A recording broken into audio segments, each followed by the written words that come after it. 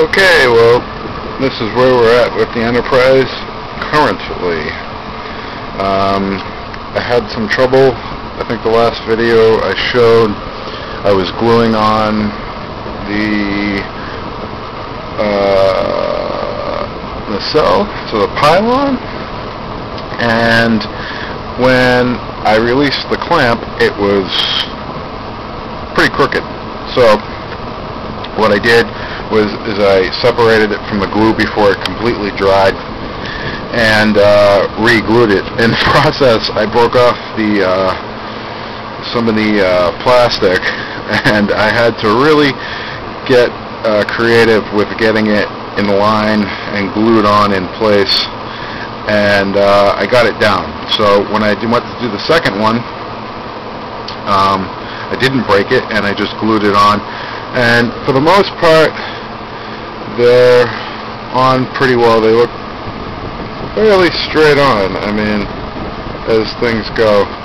So I think they'll work for me anyway. And what I've done is I've gone and I've primed everything, and then I've painted everything that I wanted to paint, and then I've left some areas that I'm gonna go ahead and touch up via hand painting in some areas here. But there basically is the ship itself, and this is where I'm at. So I had a little bit of trouble with the gluing of the nacelle here, is this one actually, and other than that everything went okay. I glued the second one, I primed everything, I taped off what I needed to tape off, and then I sprayed it. The paint came out so-so. Unfortunately I didn't have a lot of paint. Like I said, I had to paint the buzzards, which I think is pronounced Boussard, after the person I think who developed them, you know, supposedly. But I painted those beforehand, and then there's like a cover piece that goes over there, and I got other paint that's going on there,